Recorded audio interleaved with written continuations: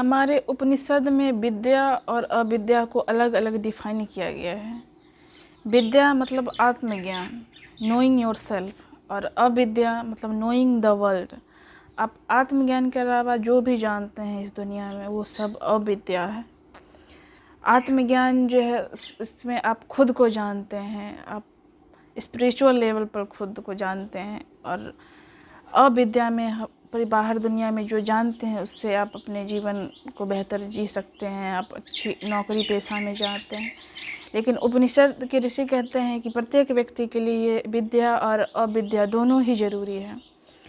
जब आपको आत्मज्ञान हो जाता है विद्या के कारण, तो आप अपने जितने भी दुख दर्द पीड़ा है, द्वंद्व है, एक दूसरे से जो ये प्रतियोगिता की भावना है, द्वैत का भाव है, मैं और हम का जो भाव है, ये सब से आप मुक्त हो जाते हैं। और इस जब आपको पता चलता है कि जब आपको आत्मज्ञान होता है तो आपको समझते हैं कि हम सब एक ही हैं, बाहर से देखने में हम सब अलग दिखते हैं। और अविद्या में भी ऐसा बहुत सारा सब्जेक्ट है, जैसे कि psychology, philosophy, sociology, neuroscience, biology, physics, ये सब भी आपको जानना उतना ही ज़रूरी है। वैसे तो जानने के लिए अविद्या में दुनिया में से बहुत सारे सब्जेक्ट हैं जिसका कोई अंत नहीं है, लेकिन ये कुछ सब्जेक्ट जो मैंने अभी बताया ये सब ज़रूरी है आपको आत्मज्ञान के साथ साथ, तब आप एक बहुत ही बेहतर इंसान हो सकते हैं। और अब विद्या से आपको आत्मज्ञान होता है, और अविद्या से जब आप इस संसार को जानेंगे समझेंगे तभी इसमें इस संसार में एक सही सामंजस्य बनाकर जी सकते हैं। और अंत में फिर यहाँ पे इस संसार में हमको यहाँ पे टिकने नहीं आए हैं, रहने नहीं आए हैं। जब इसको आप जान जाते हैं, समझ जाते हैं अच्छे से, तो फिर एक दिन आप इस संसार से भी मुक्त हो जाते हैं।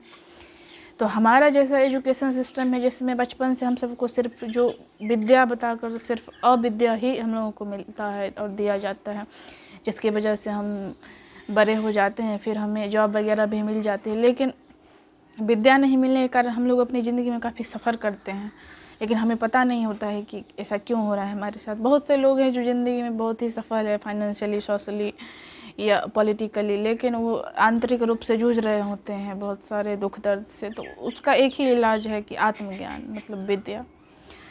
तो विद्या और अविद्या दोनों उतना ही ज़रूरी है। अगर हम सब चाहते हैं कि एक बहुत बेहतर समाज बने, हमारा भविष्य बने, तो हम सबको हमारे सिस्टम में विद्या और अविद्या दोनों ही बचपन से ही देना होगा।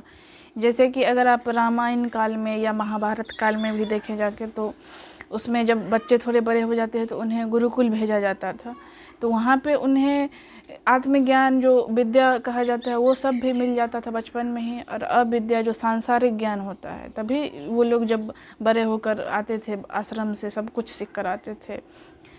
आत्मज्ञान को भी अपने बारे में भी जान कर आते थे और इस दुनिया को भी जान के आते थे, तब वो एक सफल राजा बनते थे, योद्धा बनते थे। लेकिन आज के समय में हमारा सिस्टम बदल चुका है, उस ज्ञान को बिल्कुल ही हटा दिया गया है, जिसकी वजह से हमारा युवा और हमारा समाज इतने गलत रास्ते पे चल रहा है। तो अगर अभी भी समय है, अगर हम सब सुधरना चाहते हैं तो हमें लौटना पड़ेगा, विद्या को महत्व देना पड़ेगा और अविद्या को भी साथ में लेकर चलना पड़ेगा, तब एक बेहतर समाज का निर्माण हो सकेगा।